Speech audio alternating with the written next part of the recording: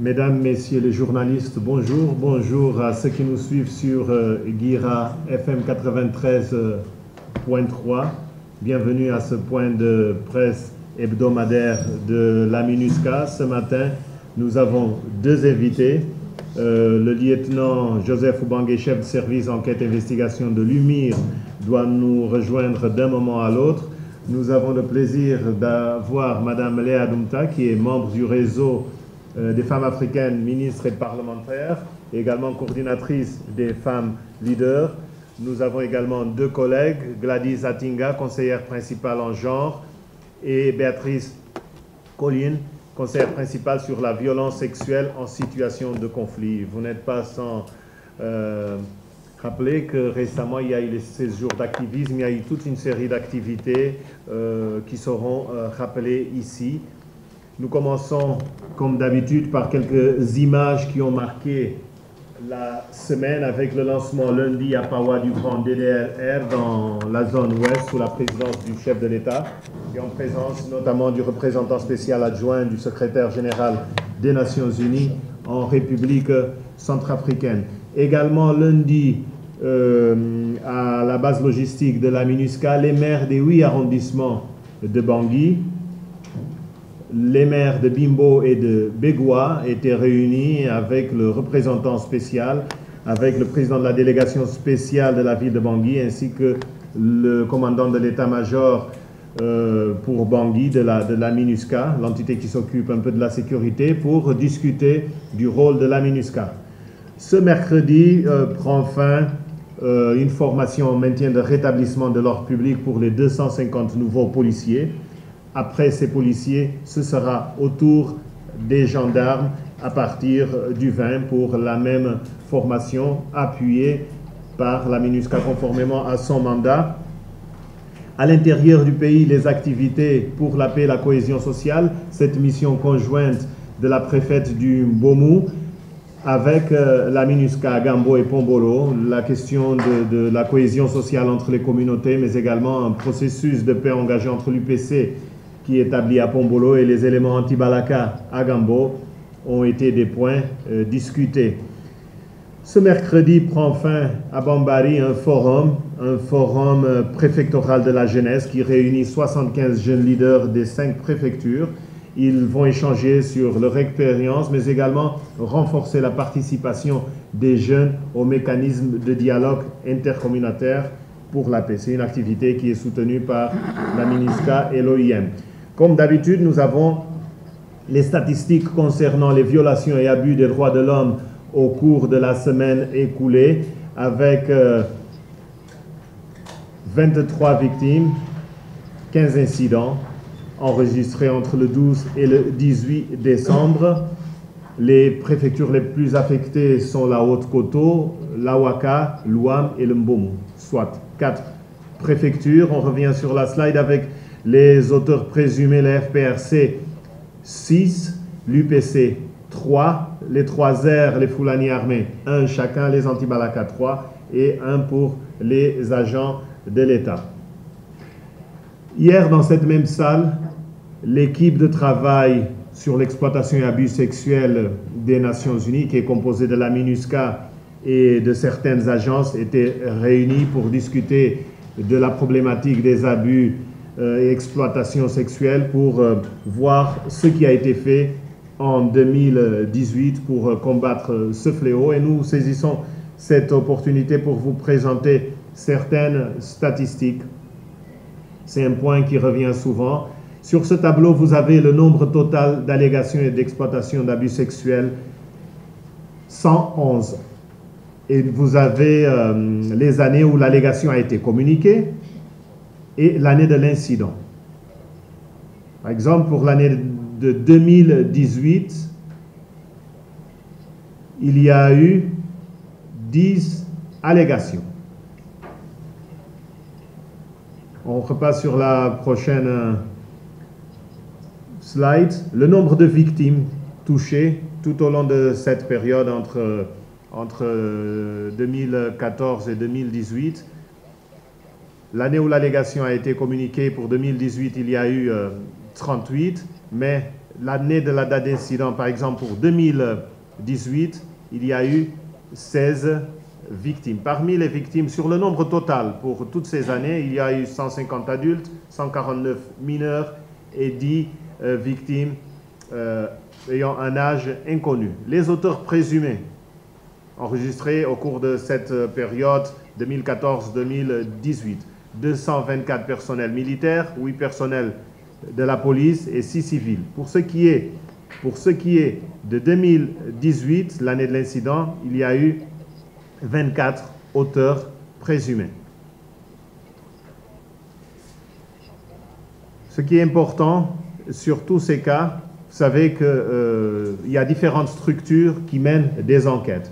Non seulement des enquêtes qui sont menées par les structures des Nations Unies, mais également par les pays fournisseurs de troupes ou de personnel de police, parce qu'il est inscrit dans la résolution 2272 des Nations Unies que les pays fournisseurs de troupes ou de police doivent, chaque fois qu'il y a des allégations, d'envoyer une équipe pour enquêter. Donc, sur tous ces cas, 18 sont des cas avérés, c'est-à-dire sont des cas qui ont été enquêtés et établis. 26 cas non avérés et il y a 67 en cours d'enquête. Parmi les mesures prises, il y a eu 8 peines d'emprisonnement. Il y a eu une rétrogradation et 3 radiations. Ce sont des mesures prises par les gouvernements des pays contributeurs de troupes et de personnel de la police. Concernant les sanctions prises par les Nations Unies, il y a eu un renvoi et il y a eu 19 cas de personnes rapatriées sur des bases disciplinaires et qui sont interdites, ces personnes, de travailler dans des missions des Nations Unies.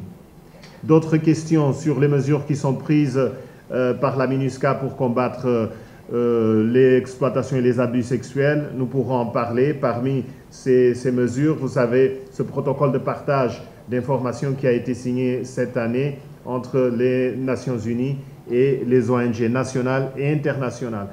Un point qui nous ramène à nos invités de ce matin, c'est la promotion du genre, la lutte contre la violence faite aux femmes, avec sur ces images différentes activités associant la MINUSCA, notamment la participation à un atelier de réflexion sur le processus de paix à Kagabandoro, une formation des femmes sur la résolution 1325 ou alors différentes sensibilisations sur cette thématique ici à Grimari.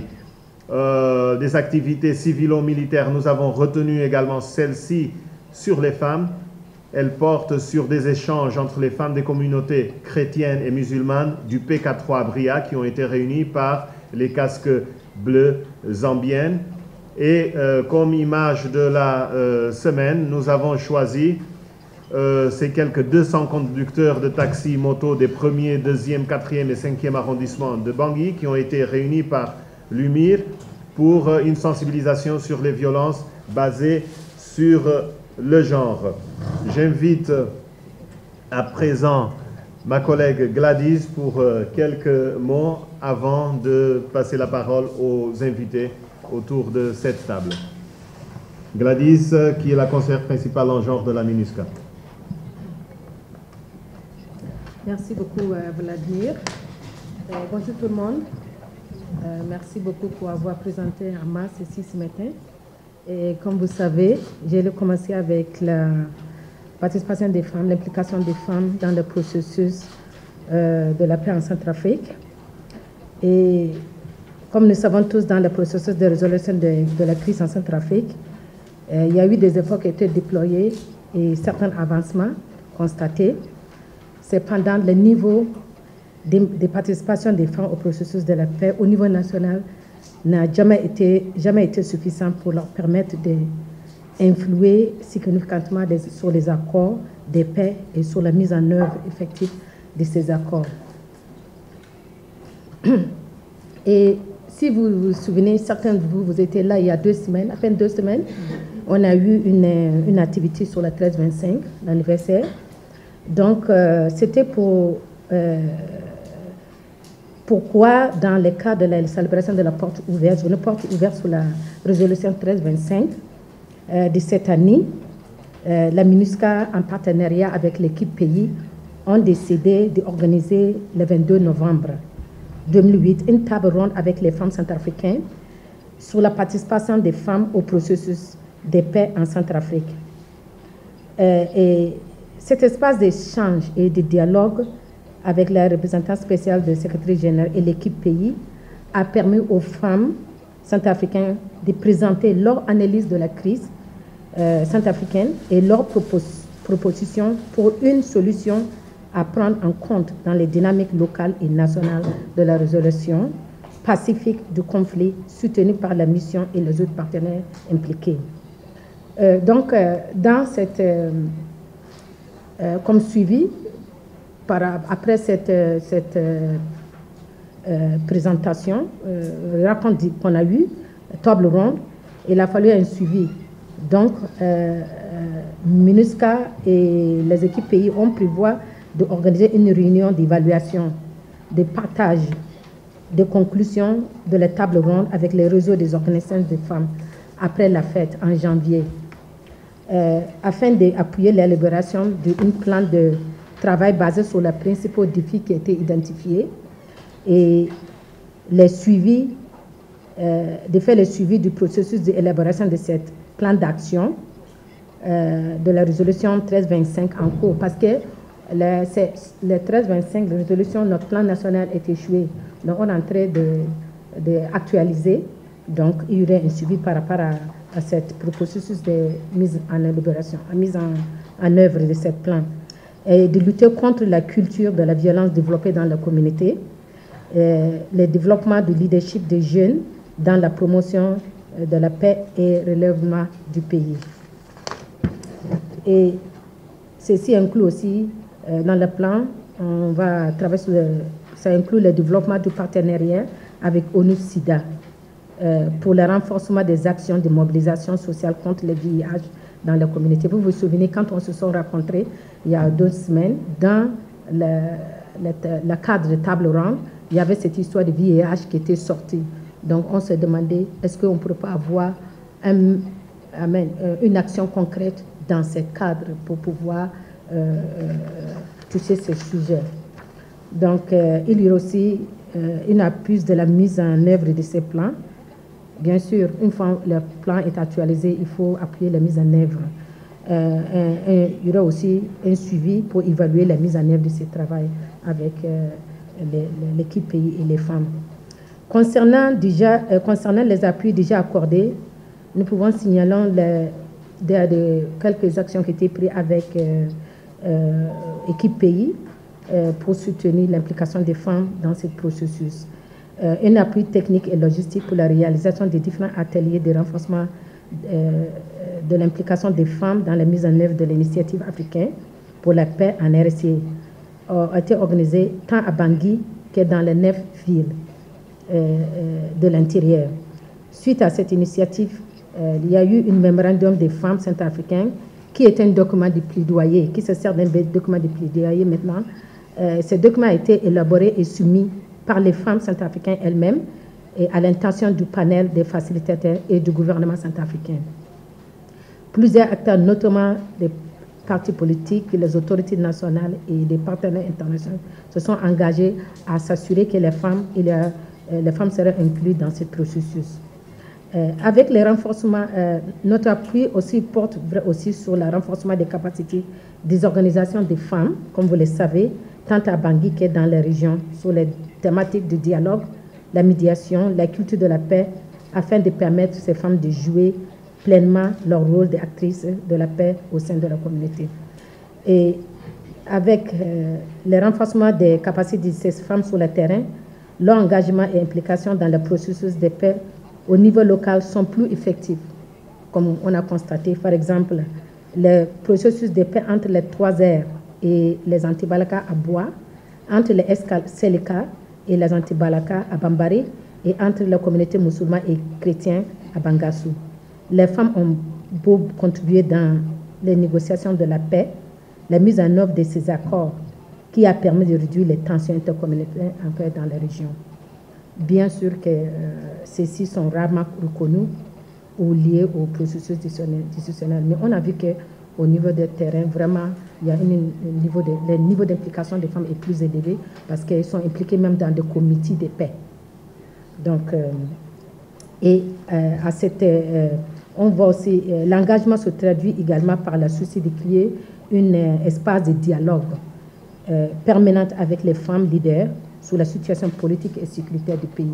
On voit que chaque mercredi, 2 fois par semaine, à toutes les 2 semaines, il y a des femmes qui se rencontrent ici à MINUSCA pour des réunions hebdomadaires, des briefings sur la situation politique et sécuritaire du pays.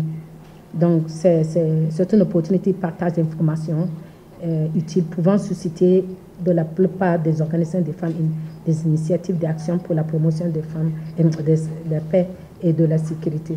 Donc, maintenant, le problème actuel, c'est au niveau national qu'il y a le problème. Mais au niveau régional, dans les régions à l'intérieur du pays, on voit que la participation des femmes sont vraiment effectives et plus élevées. Ils sont intégrés, comme j'ai déjà mentionné, dans le comité de paix, dans la mise en œuvre de ces accords, même si elles ne sont pas impliquées directement dans l'accord, mais dans les mises en œuvre. Donc, vraiment, notre problème maintenant, le plaidoyer, c'est au niveau national, de voir comment on peut impliquer ces femmes-là et au niveau de l'initiative africaine. Je crois que... Merci. Gladys, parmi les partenaires de la MINUSCA, les femmes et surtout la coordination des femmes leaders, dont la coordinatrice va nous présenter quelques lignes du travail en ce qui concerne l'implication de la femme dans le processus de paix. Merci Vladimir et bonjour à tout le monde. La coordination des femmes leaders a vu le jour lorsque les crises à répétition ont commencé à se révéler dans l'arrière-pays, notamment vers Bangassou, à Lidao. Et nous nous sommes dit que si nous continuons à réagir de manière dispersée, nous risquons de ne pas atteindre nos objectifs. C'est ainsi que toutes les associations des femmes se sont mises ensemble pour qu'on œuvre pour la paix avec l'appui de la MINUSCA, du PNUD, de ONU Femmes, en tout cas des agences des Nations Unies. Et au niveau du gouvernement également, nous travaillons avec le ministère en charge de la promotion de la femme et la protection de l'enfant. Et comme vous savez déjà, lorsqu'il n'y a pas de crise, il y a des violences sur les femmes sans crise. Mais avec les crises, la situation de violence ne font que s'aggraver. Et je suis heureuse d'avoir ici autour de cette table le représentant de UMIR qui est en train de faire un travail formidable dans les familles. Donc, nous qui sommes femmes leaders, nous estimons que la personne humaine est sacrée et que l'homme respecte la femme et la femme doit respecter l'homme. Donc, nous intervenons pour ne pas être violenté, il faut connaître ses droits. Et c'est ça le gros problème au niveau de nos communautés en général et au niveau de nos femmes. Donc, notre activité, c'est d'aller vers nos sœurs pour que nous faisons venir les femmes juristes pour qu'elles expliquent aux femmes quels sont leurs droits et comment elles peuvent les défendre au niveau des communautés. C'est vrai que pour ce qui concerne la participation des femmes au niveau institutionnel, ça a beaucoup reculé malgré l'existence de notre loi sur la parité. Nous avons beaucoup reculé, mais nous estimons que pour prendre une décision, on n'a pas forcément besoin d'être à un poste de responsabilité. Les décisions se prennent à tous les niveaux, dans les maisons, dans les familles, dans les associations. Les femmes sont très actives. Et c'est ce que nous avons constaté sur le terrain lorsque nous sommes allés pour parler de l'initiative africaine aux femmes dans l'arrière-pays, dans 4 régions de notre pays. En tout cas, nous avons été très fiers de constater que, sans connaître ce que c'est que la résolution 1325, les femmes l'appliquent. Sans connaître la résolution 1325, elles l'appliquent, donc elles s'imposent parce qu'elles ont vécu les conflits, elles ont été victimes. Et le message que nous voulons passer aujourd'hui, c'est que les femmes doivent se lever, chercher à connaître leurs droits et ne pas attendre que quelqu'un vienne. Et ça, vraiment, elles le font déjà. Mais ce que nous voulons, c'est une synergie pour que nous allions ensemble. Et au niveau international également, nous sommes en train de faire le plaidoyer pour que des appuis multiformes puissent atteindre nos femmes afin qu'elles aussi se mettent au diapason des hommes et fassent le même travail que les hommes sont en train de faire. Mais je voudrais relever aussi que pour ce qui concerne les violences, parfois, nous, les femmes qui avons un niveau assez élevé, parfois, nous aussi, nous faisons de la violence sur les hommes. Donc, je lance ça comme ça pour les débats. Et merci pour cette occasion qui est donnée à la coordinatrice, à la coordination des femmes leaders. La coordinatrice, c'est Mme Lina Ekomo. Moi, je suis son adjointe et je suis en train d'assumer l'intérim. Je vous remercie. Merci beaucoup. Avant de passer la parole à Béatrice Colline, la conseillère principale sur la violence en situation de conflit, nous saluons également la présence dans cette salle de Mme Jeannette Santini, la présidente de l'OMCD. C'est l'une des structures qui contribue justement à l'information et à la formation des femmes, notamment à l'intérieur du pays, à laquelle Mme Léa Dunta faisait allusion tout à l'heure. Béatrice. Merci Vladimir.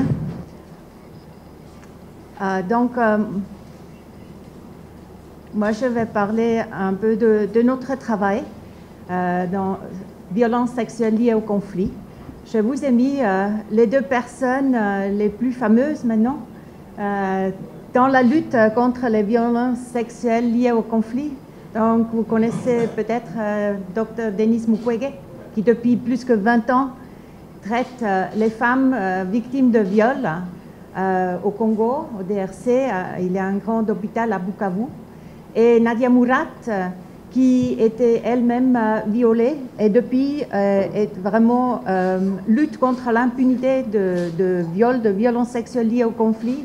Elle est une Yazidi, donc elle est vraiment le porte-parole pour cette population, mais surtout aussi pour les violences sexuelles liées au conflit en général.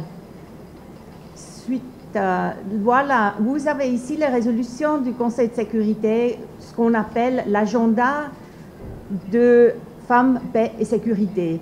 Et vous connaissez la 1325, c'était invoqué tout à l'heure, en 2000, et il y avait deux résolutions de suite qui sont vraiment un focus sur la parité hommes et femmes. Et vous avez les autres résolutions qui ont un focus sur les violences sexuelles liées au conflit. Donc la première de 2008, suite. Et juste très vite, on a perçu, donc la première fait le lien entre violence sexuelle comme tactique de guerre et la paix et la sécurité, pour la première fois.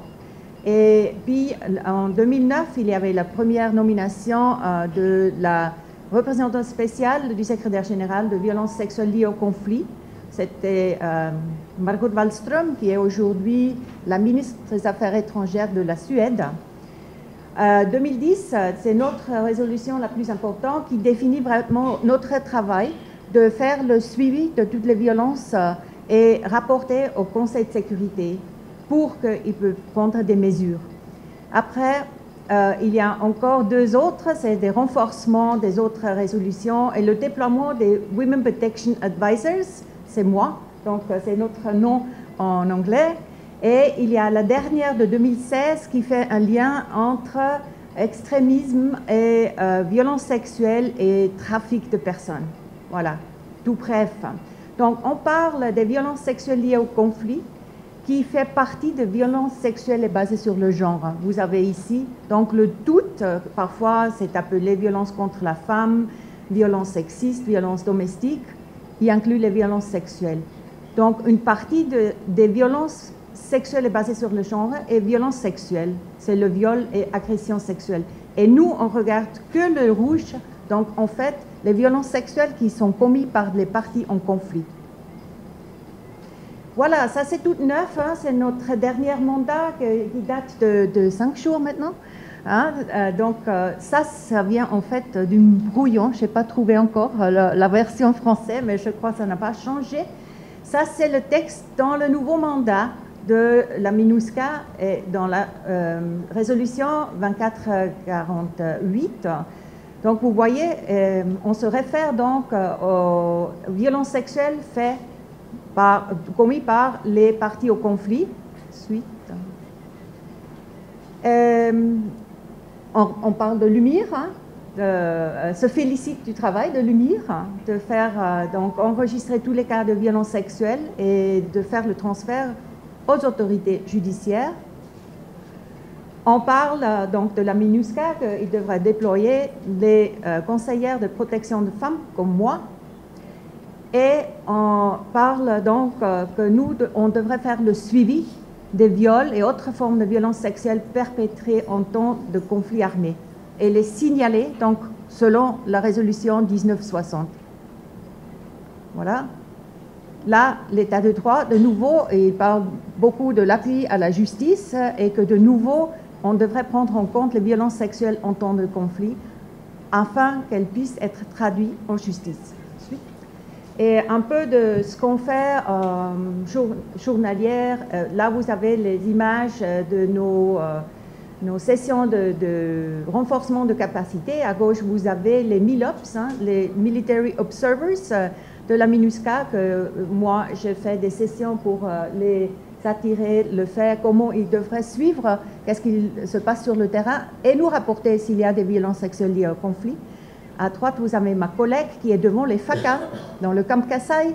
Même chose, formation sur les violences sexuelles liées au conflit, l'état de droit et comment rapporter les violences pour qu'ils puissent être rapportés à la justice. Suite, on fait aussi beaucoup de campagnes de sensibilisation à l'échelle nationale. Nous avons produit plusieurs boîtes images et plusieurs matériels et on travaille étroitement avec les associations de femmes.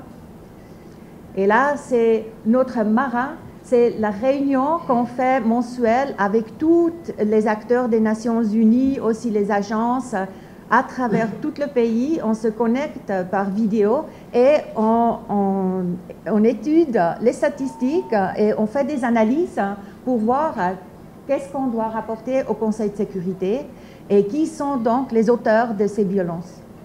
Voilà, c'est juste une image, comment ça fonctionne. Ça vient donc de la base et ça va jusqu'au Conseil de sécurité à travers des différentes réunions et des différents forums de discussion pour en fait mettre à la disposition du Conseil de sécurité cette information, qu'eux, ils peuvent prendre des mesures. Suite. Et ça, c'est la dernière page du rapport annuel de l'année passée. Donc, c'est la liste noire.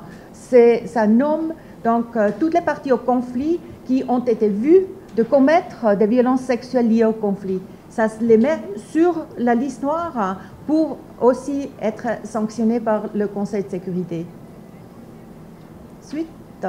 Encore un autre projet qu'on est en train de développer. Donc, on est en train de développer un réseau de protection nationale, tout avec des associations nationales qu'on est en train de former, comment donner la protection à des victimes de violences sexuelles et comment référer les victimes au service.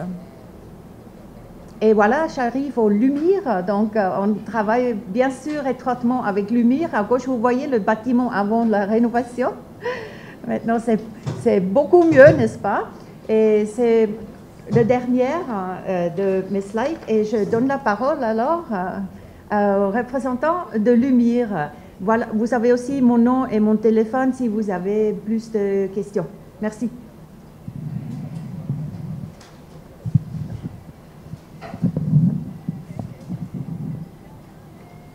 Bonjour la salle. Je suis le lieutenant Joseph Wabangue, dont vous avez vu mon nom affiché ici. Je suis le chef service enquête et investigation à l'UMIR. Je m'excuse un peu du retard que j'ai pu accuser tout à l'heure.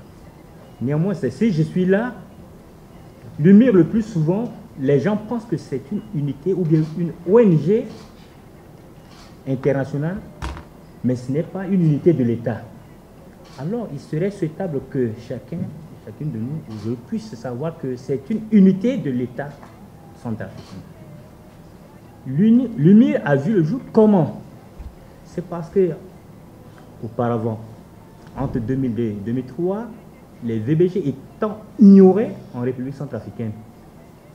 Mais c'est à partir de 2012-2013, à travers les violences basées sur le genre, à travers les conflits militaro-politiques que notre pays a connus, que l'opinion internationale et le gouvernement ont réfléchi maintenant pour créer une unité qui pouvait toutefois réprimer cette infraction. Et c'est par rapport à cela que, depuis 2015, l'UMIR a été créé par le décret numéro 15-007 du 8 janvier 2015. Et cela a été relayé par 2 arrêtés. L'arrêté 16/958 du 9 décembre 2016 qui modifie et complète les dispositions de l'arrêté numéro 16-003 du 29 février 2016 portant organisation et le fonctionnement de l'UMIR. L'UMIR a une composition mixte. Sa composition, il y a des policiers, il y a des gendarmes et le personnel civil. Et ces personnels civils-là relèvent UNICEF, de la justice et de l'affaire sociale. Et l'UMIR travaille 24 heures sur 24. L'UMIR reçoit les gens dans la gratuité totale. Ailleurs, dans les différentes unités, quand vous amenez des plaintes, parfois vous payez, ou bien les convocations sont payables, mais à l'UMIR, tout est gratuit. Même si vous n'avez pas de plainte, quand vous arrivez à l'UMIR, il y a une unité qui est là, disposée pour vous confectionner même cette plainte et vous ramener sur la bonne voie. Au sein de l'UMIR, il y a une direction composée de 4 services. Le premier service, c'est le service médico-psychosocial. Ce service est la porte d'entrée de l'UMIR qui reçoit tous les gens qui arrivent à l'UMIR, quelle que soit la catégorie de votre affaire, même si elle est civile ou pénale. Ce service vous reçoit, vous accueille, vous oriente et vous réfère. Parfois, ce service fait des référencements internes et externes. Et après la confection, ce service oriente le service, la victime au service l'assistance juridique et judiciaire. C'est ce service-là qui établit maintenant la plainte dans la forme normale pour orienter maintenant à la direction. Et après le service d'assistance psychosociale, il y a le service d'intervention, de protection et d'alerte. Ce service, quand vous arrivez, parfois, le plus souvent, nous convoquons des badauds qui ne répondent pas à nos invitations, mais c'est ce service-là, parfois, qui descend sur le terrain pour interpeller les bourreaux et les conduire au sein de l'UMIR.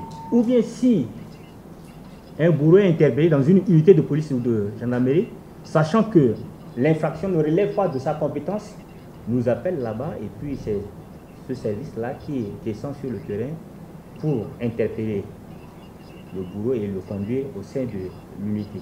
Et c'est ce service parfois qui procède à des sensibilisations même internes et externes. Je crois qu'au sein des 8 arrondissements de Bangui, on a déjà sensibilisé pas mal de personnes, et même dans l'arrière-pays, dans les villes de Boda, de Bossangwa, de Massibut. Et au sein de l'UMIR, on a également une colocation de 5 UNPOL qui sont là avec nous. Ces amis de l'UNPOL nous apportent également leur aide afin que nous puissions toutefois travailler dans de très bonnes conditions. Et je crois qu'avant que l'UMIR ne devienne opérationnel, le personnel a eu à subir des formations.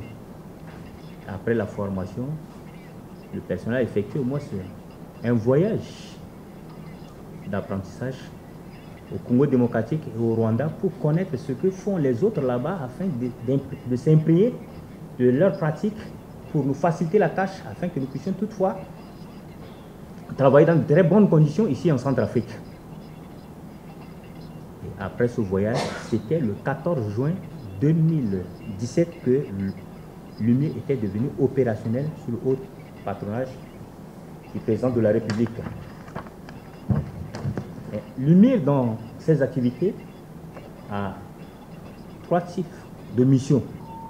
La première mission, c'est la sensibilisation. La deuxième mission, c'est pour appliquer et vulgariser les outils mis à notre disposition pour permettre aux gens de connaître ce que c'est que l'UMIR. Puisque la procédure établie au niveau de l'UMIR, ça a la forme internationale, si bien que quand vous venez à l'UMIR et que vous n'êtes pas de l'unité, c'est difficile que vous puissiez toutefois marcher dans de très bonnes conditions. Il faut qu'il y ait au moins une impréhension afin que la personne puisse maintenant connaître ce que fait l'UMIR au sein de l'UMIR. Même s'il y a un gendarme ou un policier de n'importe quelle unité qui arrive, si on ne le forme pas, c'est difficile qu'il puisse appliquer ce que fait l'UMIR. Et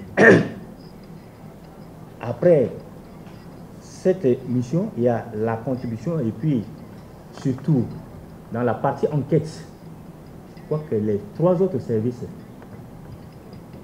quand ils finissent leur travail, ils transmettent le dossier à la direction et la direction met le dossier au niveau du service d'enquête qui rassemble le maximum de preuves irréfutables de l'enquête pour maintenant traduire la personne devant le magistrat compétent. Une fois que la procédure est ficelée, c'est l'équipe d'intervention qui conduit les soupçonnés devant le magistrat compétent. Je crois que l'UMIR a beaucoup travaillé. Je crois qu'il y a eu une régression. Même quand vous arrivez à l'UMIR, vous verrez au moins c'est un pléthore de gens. Mais malheureusement, ce qui est là, les gens, surtout les hommes, pensent que l'UMIR est là pour protéger seulement les femmes et non les hommes. Alors en matière de VBG, ça parle de qualité. Ça y est, il serait souhaitable. Il y a des hommes parfois qui sont victimes de maltraitance ou bien de violence de leurs femmes et qui ont peur de dévoiler cela. Et il serait souhaitable que vous vous rapprochiez du personnel de l'UMIR pour avoir au moins une idée sincère, parce que ailleurs les gens pensent que nous sommes là pour protéger seulement les femmes et non les hommes, alors que nous travaillons vice-versa pour tout le monde. S'il y a des questions, je suis là pour vous répondre. Je vous remercie. Merci beaucoup, lieutenant. Avant de passer la parole aux journalistes, je voulais juste annoncer 2 choses. La reprise des patrouilles MINUSCA FSI, Force de sécurité intérieure, dans tous les arrondissements de Bangui, à partir de lundi, à l'exception du 3e arrondissement. Pourquoi? Parce qu'en ce moment a lieu une campagne de sensibilisation avec les autorités locales, avec le maire, les conseillers, les chefs de quartier, mais également les résidents. Et ces patrouilles mixtes MINUSCA FSI reprendront dans cette partie à partir de janvier 2019. C'est très proche. Et l'autre information, c'est pour vous dire que du 10 au 14, une mission de la MINUSCA, notamment des droits de l'homme et de l'unité protection de l'enfance, c'était à Linda, où ont lieu les violences que nous connaissons et qui datent du 15 novembre. Les constatations préliminaires confirment que des attaques délibérées, intentionnelles et coordonnées ont été menées contre des membres de la communauté chrétienne, ainsi que le pillage de grande ampleur du site catholique, du diocèse et des biens des personnes déplacées internes, mais aussi des ONG. Des personnes appartenant également à la communauté musulmane ont été victimes, et notamment tuées lors de ces malheureux événements à Linda, où le rapport final, y compris la responsabilité effective des groupes UPC Anti-Balaka, fera l'objet d'une publication et d'engagement avec les autorités compétentes pour une suite judiciaire qui s'impose tant au niveau national qu'international. La parole est à vous pour les questions à nos invités sur tout ce qui a été dit ici. Le réseau francophone des journalistes.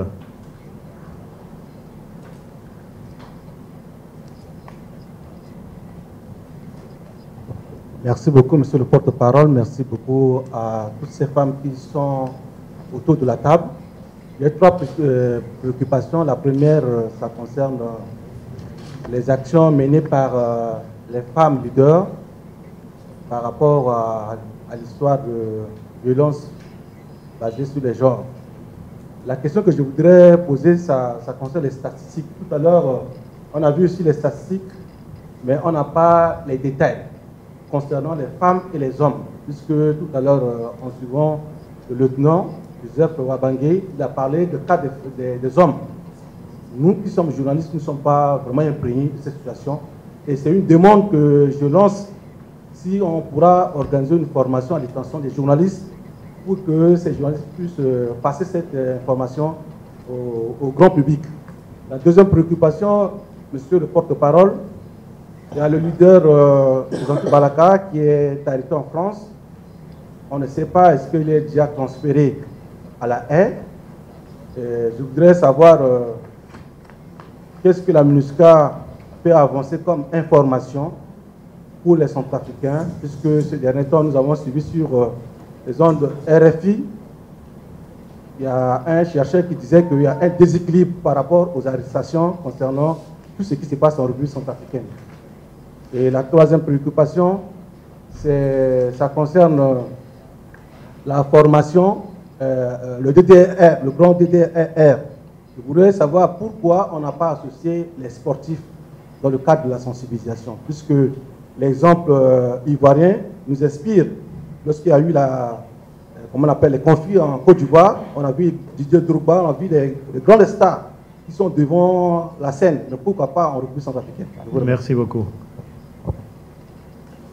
Bangui FM.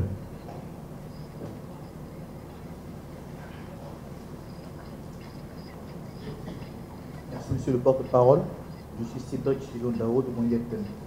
Alors, j'ai deux petites questions à vous poser. La première, c'est celle-ci.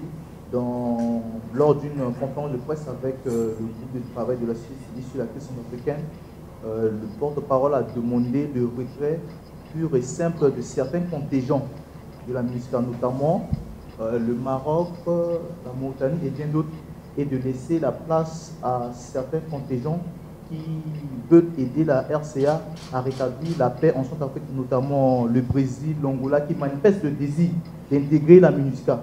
Selon vous, monsieur le porte-parole de la MINUSCA, que pensez-vous de cette demande de la part du GTSC? Et ma deuxième question est celle-ci. Quelle est la situation actuelle des femmes centrafricaines sur le plan des droits humains? La situation actuelle des femmes centrafricaines sur le plan des droits humains. RJDH.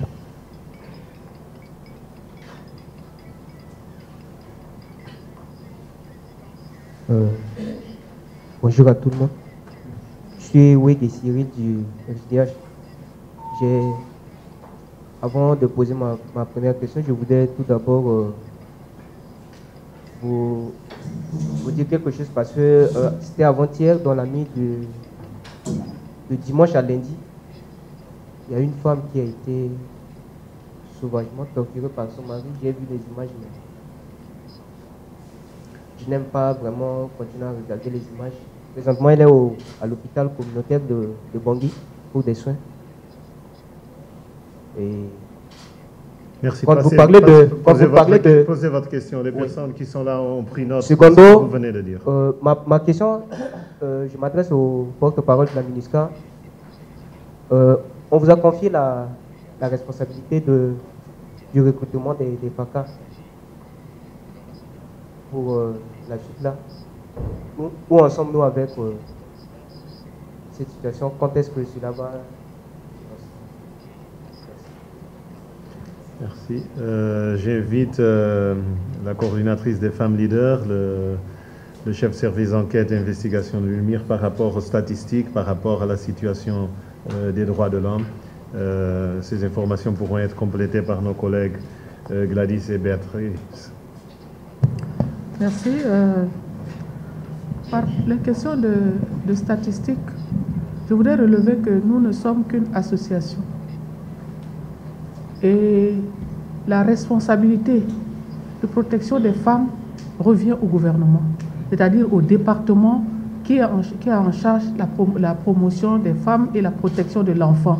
Donc c'est à ce niveau-là, il dispose d'une direction générale qui se trouve face à Bonga Bonga. Et c'est là où vous pouvez avoir les informations sur le plan national. Et je pense que cette direction générale travaille également main dans la main avec la MINUSCA, ONU Femmes et le PNUD. Donc si vous voulez des statistiques fiables, vous vous rapprochez de ces départements ou bien de la direction générale.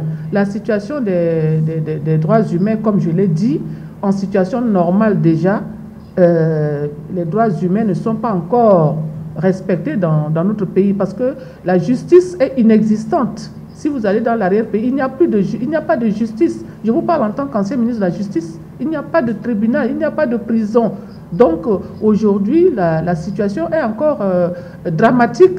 Mais bon, je ne dis pas ça en pleurnichant, en me plaignant, mais pour moi, c'est un défi qui nous interpelle tous pour que nous nous levions pour que la justice se mette au centre de la vie de chaque Centrafricain. Et c'est en cela que l'UMIR est placé là pour rapidement voir les questions de violence. Il y a là les questions de violence, mais encore, au-delà de la violence, il y a encore beaucoup de questions qui concernent les droits humains. Et je voudrais rebondir sur la question de l'arrestation de monsieur Edouard Patrice Nkaïsona. Nous qui sommes journalistes, nous devons savoir qu'une arrestation n'est pas un crime. On l'a arrêté pour qu'il aille s'expliquer. Et c'est à ce moment-là qu'on verra qu'est-ce qui va être fait. Mais nous sommes en train de réagir comme si une arrestation, la justice n'est pas un crime. La justice ne fait que faire son travail. Donc je pense qu'il faut que nous ayons la tête froide, que nous laissions la justice faire son travail, parce que nous nous mêlons trop de ce qui ne nous regarde pas, enfin, pas ce qui ne nous regarde pas, mais nous ne maîtrisons pas souvent les tenants et les aboutissants et nous réagissons, nous disons des choses que nous ne maîtrisons pas. Donc gardons le calme, dès lors que la justice fait son travail, je pense que c'est une bonne chose. Par contre, si quelqu'un se lève, prend un être humain et le tue, c'est là où il y a problème. Mais quand c'est la justice, je pense que ça devrait plutôt nous rassurer et que nous fassions confiance. Et nous voyons comment les choses vont évoluer. Donc nous ne devons pas faire entrave à la justice et nous devons avancer. Nous, je pense que ce qui a fait que les crises ne finissent pas dans notre pays, c'est parce que justement, nous ne laissons pas la justice faire son travail. La justice, parfois, je vous dis, je suis ancien ministre de la Justice, mais parfois, je n'ai pas pu décider de ce que je voulais décider parce qu'il y a entraves. Et ce sont ces entraves-là. C'est dangereux pour le pays. Laissons la justice. La justice, normalement, devrait être libre.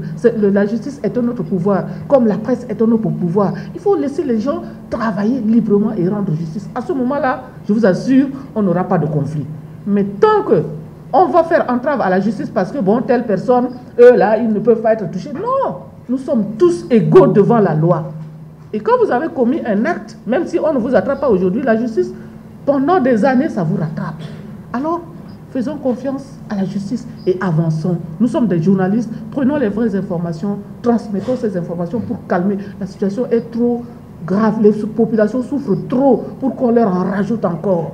Aujourd'hui, les populations ont besoin d'eau potable. Ils ont besoin que leurs enfants aient à l'école. Ils ont besoin que... Ce n'est pas parce que quelqu'un a été arrêté que nous allons encore remettre une crise. Si la justice fait son travail, s'il vous plaît, laissons-le faire ce travail-là. Et j'ai beaucoup aimé le Bangui FM. Ils ont fait intervenir les populations. Beaucoup de gens ont parlé. Certains, parce qu'ils connaissent, ils maîtrisent bien les informations. D'autres ne maîtrisent pas bien. Mais tout ça, ça va dans le sens de la communication. Et voilà ce que je peux dire sur les questions qui ont été posées. Mais la responsabilité première de la protection des populations est gouvernementale. Je vous remercie. Moi, je voulais aussi venir sur le droit humain de la femme dont vous demandez. C'est une question à peu près si vague. Mais je vous renvoie encore. Il y a quelques années, on continue à parler de la sorcellerie. Les femmes qui sont accusées, qui sont enfermées dans les prisons sans rien faire. Ça, c'est aussi une question de droit humain d'abord, avant d'être une femme. Donc, c'est à vous de voir comment vous allez intervenir dans des cas comme ça au niveau juridique. Parce qu'il y a des femmes qui sont en prison, qui sont encastrés pour 10 ans. Sans rien faire, ils sont accusés, les enfants sont nés en prison. Et nous, MINUSCA continue à faire beaucoup à ce niveau. Mais comme Madame Dumta vient de dire, ça revient à l'État aussi. Et vous, les journalistes, des plaidoyers, d'amener ces cas-là pour que ces femmes puissent sortir dans les situations dans lesquelles elles se trouvent. Nous, on est capable, de leur donner des conditions de vie, améliorer leurs conditions dans les prisons, etc. Mais, que revient ces femmes-là qui sont accusées de quelque chose qu'on ne peut pas prouver et qui sont condamnées pour rien et de purger leur vie, leur peine dans les prisons pour toute la vie. Donc c'est à vous aussi, ça fait partie de votre travail de aussi traiter cette question très urgente et importante pour que ces femmes puissent rejoindre leurs familles et leurs enfants. Le lieutenant. Oui, oui, concernant la statistique que les gens réclamaient tout à l'heure ici, je crois qu'au niveau de l'UMIR, il y a une base de données qui est là, qui permet à l'UMIR de faire la statistique des situations. Mais je crois que pour un début, c'est-à-dire la première année de l'UMIR, puisque l'UMIR a démarré depuis le juin 2017 à juin 2018, on a enregistré au moins 515 cas de VBG. Et dans les 515 cas, on a au moins 320 cas de violences sexuelles, y compris 10 cas de violences sexuelles liées au conflit.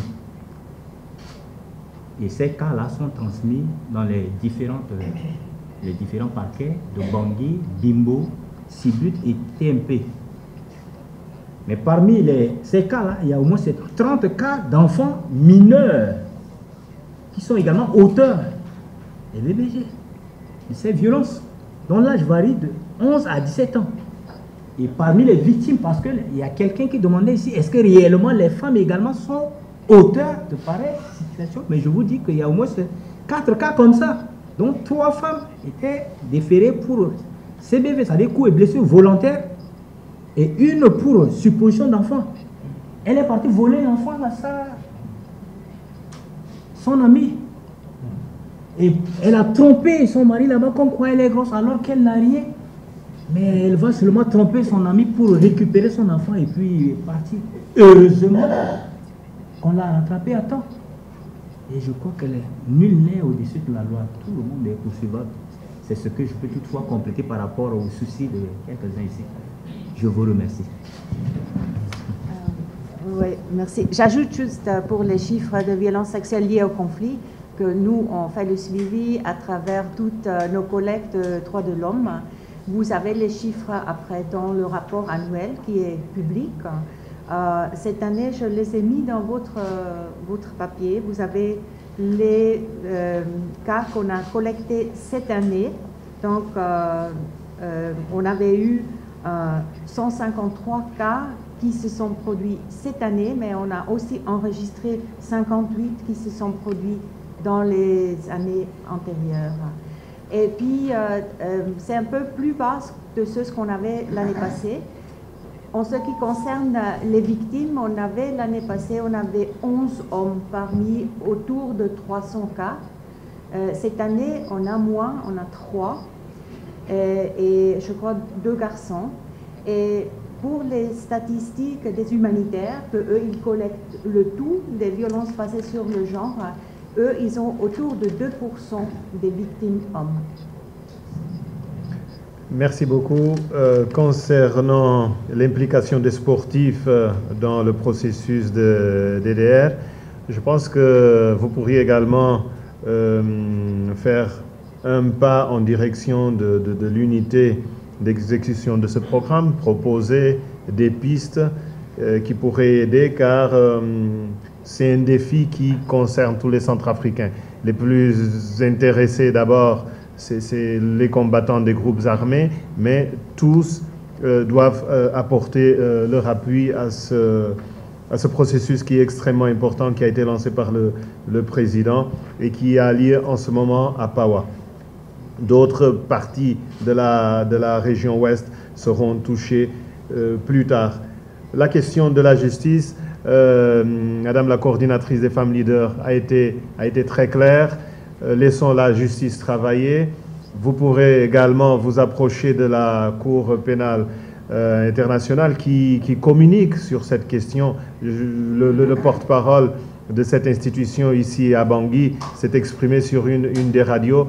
Ils pourront vous donner toutes les informations sollicitées. Concernant la prise de position du groupe de travail de la société civile, je n'ai pas à commenter. Je dois seulement rappeler ici 2 ou 3 choses. Qu'il faut éviter les généralisations. Lorsqu'on parle du comportement d'un casque bleu, de 2 ou 3 casques bleus, il ne faut pas mettre en cause tout le contingent qui, par ailleurs, fait un excellent travail. Vous avez eu le cas d'un casque bleu qui avait été arrêté avec des armes dans son sac à dos.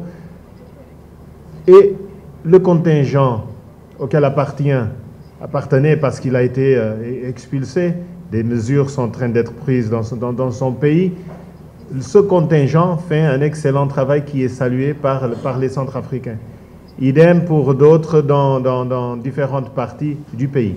Ceci étant, et nous l'avons toujours reconnu, il y a parfois des insuffisances qui sont liées au niveau d'équipement et au niveau de formation des personnes qui sont déployées. Et dans la nouvelle résolution que la MINUSCA vous expliquera très tôt au début de l'année, il est mis un accent particulier sur l'efficacité des troupes et des personnels de police de la MINUSCA.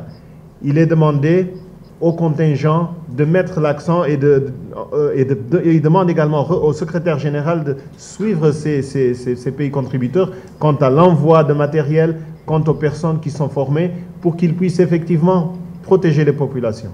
Nous avons eu des critiques concernant Alindao, où il y a eu de nombreuses victimes, de l'Église en passant par Amnesty, en passant par la presse, par certains partenaires. Et comme nous le faisons habituellement, différentes missions sur le terrain sont prises pour que s'il y a constat de faible ou d'absence de performance de ces militaires, des mesures sont prises. Mais le plus important, c'est cet engagement de la MINUSCA. Après ce qui s'est passé avec un renforcement des moyens, des hommes à Alindao, avec des prises de mesures, là où ces menaces également sont apparues, c'est le cas notamment à Ipi. Donc, c'est pour rassurer nos auditeurs et vous dire que s'il y a insuffisance, nous y travaillons. Il y a différentes missions et la MINUSCA est très concernée par ce qui s'est passé à Lindau et fera tout pour que lumière soit faite, mais surtout pour que cette protection des civils qui a été de nouveau inscrit dans le mandat comme la tâche principale de la MINUSCA soit effectivement assurée sur le terrain par les différents contingents. Et à l'interne, il y a un travail qui est demandé par le commandant de la force des instructions claires. Si le commandant du poste militaire avancé ne prend pas des dispositions, des sanctions tombent, que ce soit par rapport à lui, que ce soit par rapport aux responsables du contingent, s'il s'avère qu'il y a effectivement absence de performance. Tribune d'info.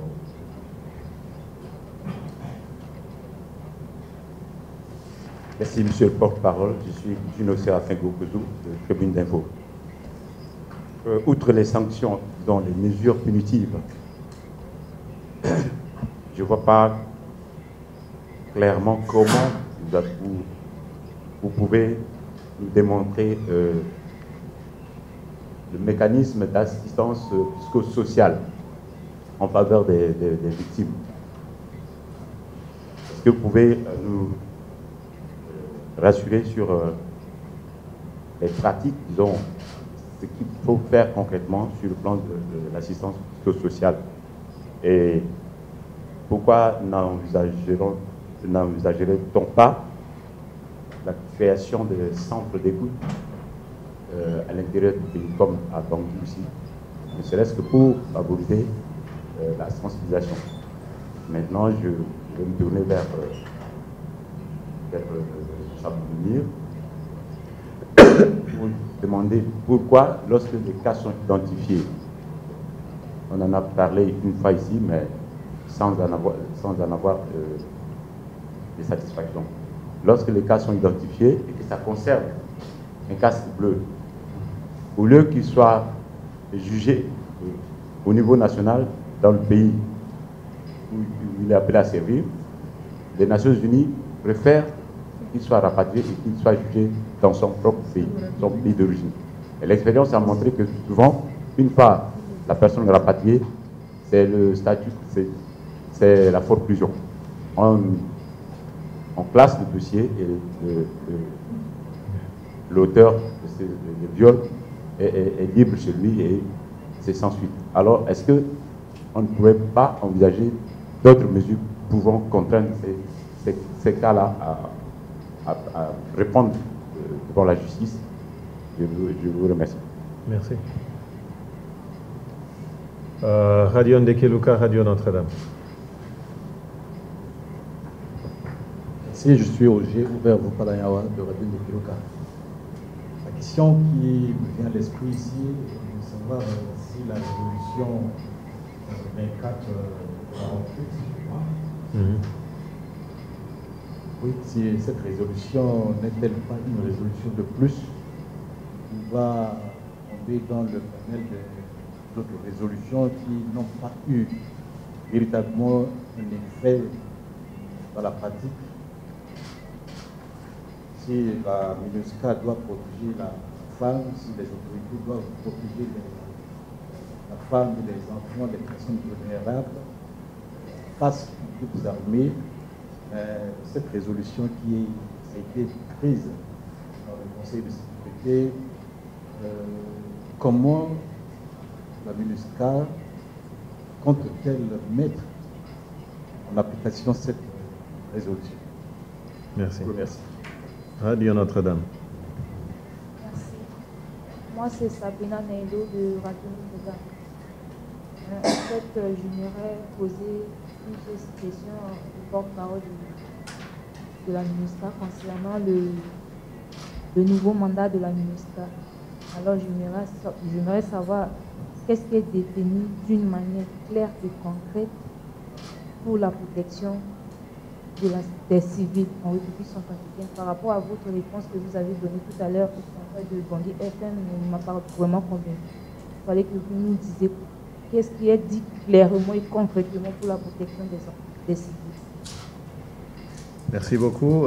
D'abord, nos invités concernant l'assistance psychosociale, la possibilité de création de centres d'écoute. Je pense que, encore une fois, la responsabilité première est gouvernementale pour ce qui concerne la protection des civils, pour ce qui concerne les violences. Et puis, les résolutions qui sortent des Nations Unies s'adressent d'abord aux États. La MINUSCA appuie nos États pour la mise en œuvre de ces résolutions. Il faut que nous tous soyons conscients de cela. Les résolutions ne sont pas que pour la MINUSCA, mais c'est pour les États.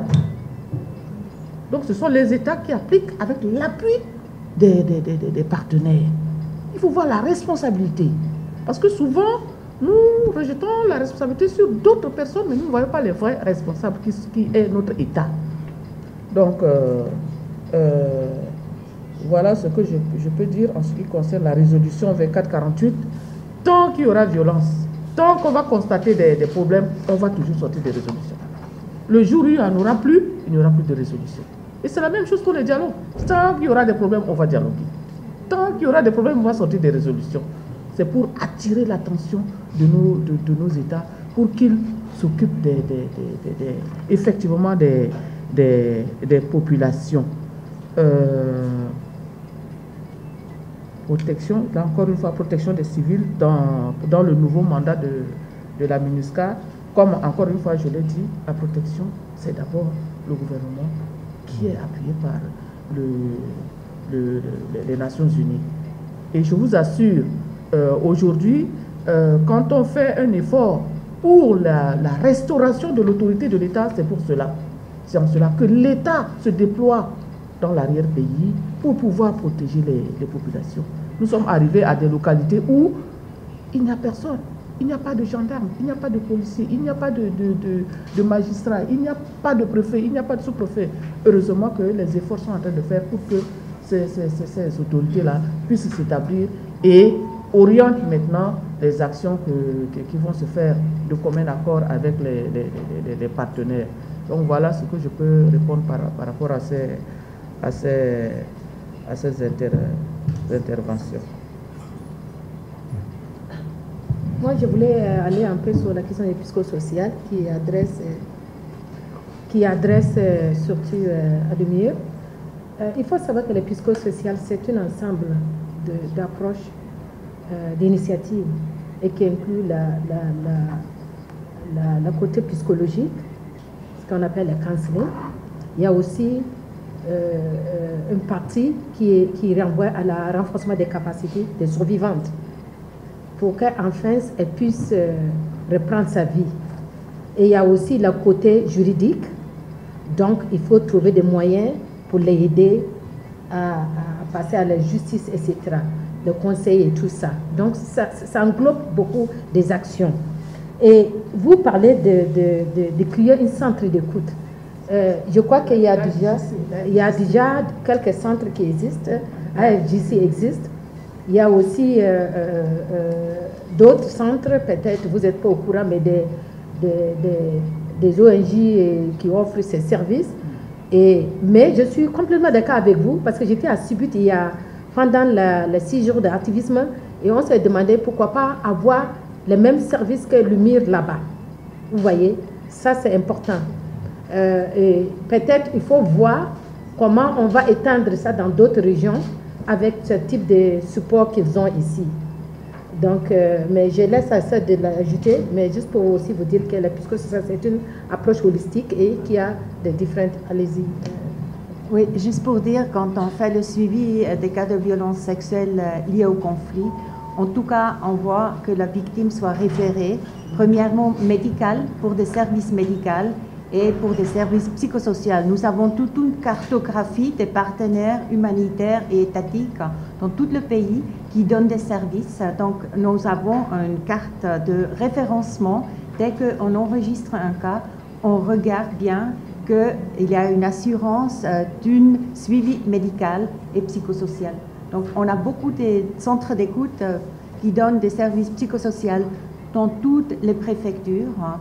Ce qui nous manque plutôt, c'est parfois le médical.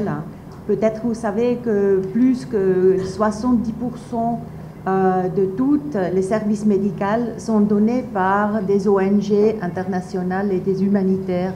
Donc il y a beaucoup de manque de services médicaux étatiques dans les préfectures. Mais nous, on regarde toujours d'avoir le référencement. Et je donne la parole à l'UMIR pour expliquer aussi leur référencement, ce qu'ils font ici à Bangui. Bien, je vous remercie. Je crois que mes présidents ont déjà parlé du référencement. Je préfère seulement parler du tribune là-bas qui demandait tout à l'heure pourquoi les gens, surtout de MINUSCA et autres, qui commettent des bavures ici à Bangui, qu'on ne les poursuive pas et qu'on les laisse entrer chez eux et que l'affaire est abandonnée. Mais je peux toutefois vous dire que tout à l'heure, la coordonnatrice venait de nous parler. Il faut voir d'abord le gouvernement. Quelle a été sa manière de signer les lois extérieures? Quelle a été la résolution? Mais c'est à base de ça qu'on peut toutefois poursuivre la personne ici sur le territoire centrafricain. Nos voisins d'à côté, eux, quand un étranger, malgré que c'est un partenaire qui commet une faute sur le plan national, la personne est poursuivie sur place. Mais par rapport à ce que nous avons signé, ce n'est pas le même cas. On peut toutefois documenter la situation et après, la personne rentre chez elle. C'est de là-bas que la personne sera poursuivie. est-ce qu'elle est poursuivie ou pas? Mais néanmoins, je crois que la fois dernière, quand vous-même, vous avez suivi la radio, même la France Inter, la radio France Internationale avait parlé au moins des militaires français qui avaient commis des cas de viol. Et effectivement, une fois chez eux, mais ils étaient poursuivis parce que le dossier était ficelé. C'était avant même la création de Lumière, mais cela avait eu des impacts.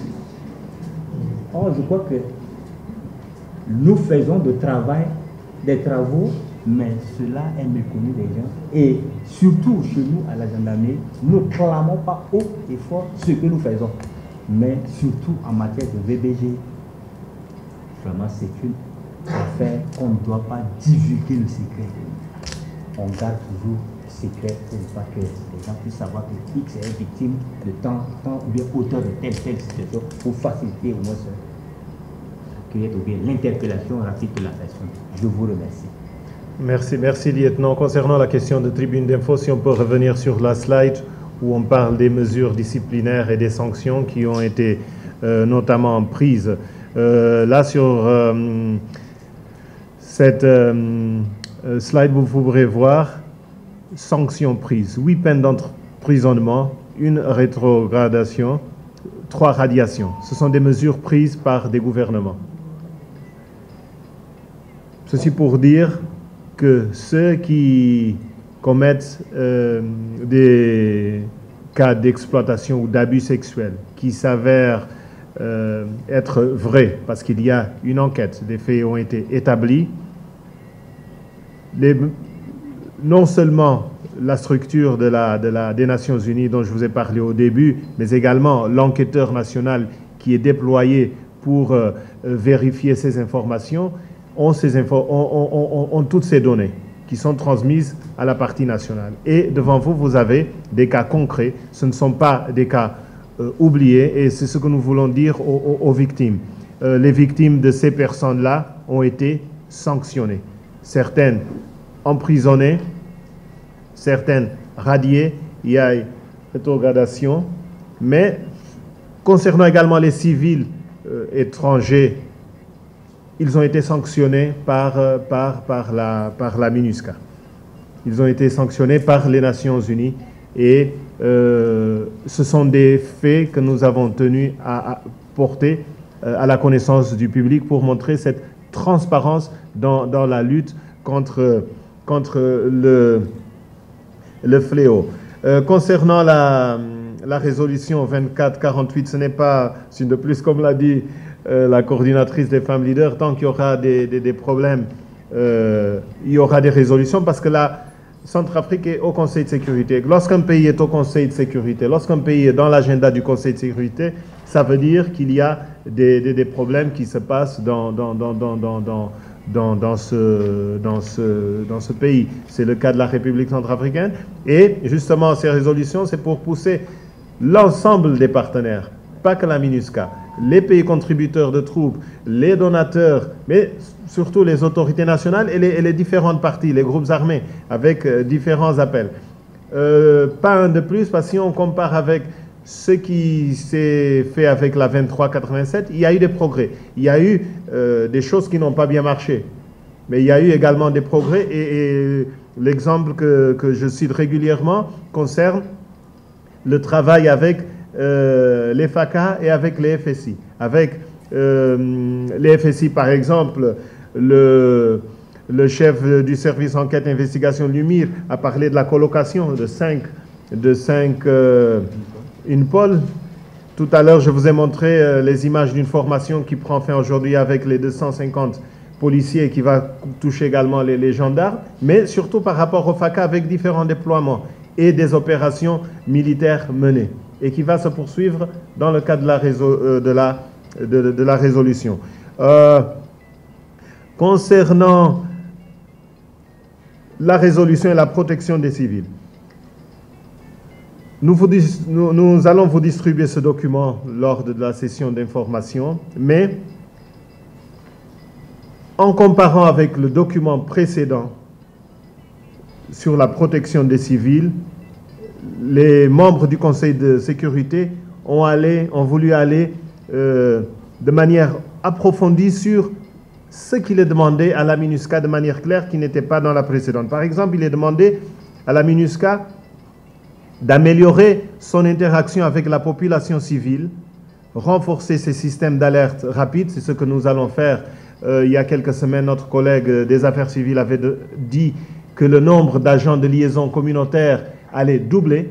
Les agents de liaison communautaire qui sont en ce moment dans au moins 35 localités avec la force et qui permettent de toucher la force chaque fois qu'ils sont interpellés par la population sur un danger imminent. Donc, voilà quelque chose de très concret. Il est demandé à la MINUSCA de maintenir un déploiement préventif et une présence mobile, flexible et robuste, et d'organiser des patrouilles actives, en particulier dans les zones à haut risque, ce qui n'était pas dans la résolution précédente. Et ce qui est dans cette résolution l'est de manière claire, dans un français facile, comme on dit, ou dans un anglais facile, parce que le document est également en anglais, pour que les gens sachent ce qu'il faudra faire. Et il y a également ce travail avec les autorités centrafricaines, à qui il incombe la responsabilité première en termes de protection, pour recenser et signaler les menaces et les attaques dirigées contre les civils. Donc, les membres du Conseil, suite à toute une série de consultations, ont voulu aller un peu plus loin pour qu'on apporte des réponses, parce que l'essentiel dans ce mandat, c'est les civils. À Lindao, il y a eu des morts, ailleurs, il y a eu d'autres victimes, et les groupes armés continuent à exploiter les ressources, que ce soit les ressources minières, que ce soit la transhumance qui commence avec la saison sèche, et l'objectif, c'est d'éviter cela, de réduire leur présence, leur menace, mais surtout de protéger les populations. Pour ce qui est de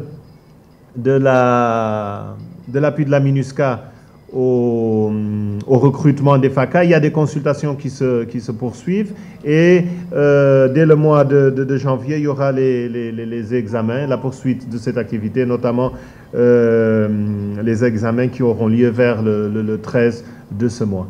Il a été demandé à la MINUSCA d'apporter son appui, de consolider en fait ce qui avait été déjà fait. Cela va se faire avec la sensibilisation, la sécurisation qui est également très importante, et la communication avec les bénéficiaires, les candidats, parce que je pense que c'est là aussi où il y a eu un certain problème. Nous avons largement dépassé le temps qui nous est imparti habituellement, mais cela valait la peine d'avoir ici nos partenaires que sont le REFAMP, la coordination des femmes leaders, l'UMIR. Nous remercions Madame Léa Doumta qui a bien voulu nous parler de son travail, mais également d'apporter quelques éléments de réponse concernant le mandat. Nous saluons également la présidente de l'OMCD, le représentant de l'UMIR, et évidemment nos auditeurs qui nous suivent sur Guira FM. Merci de votre fidélité.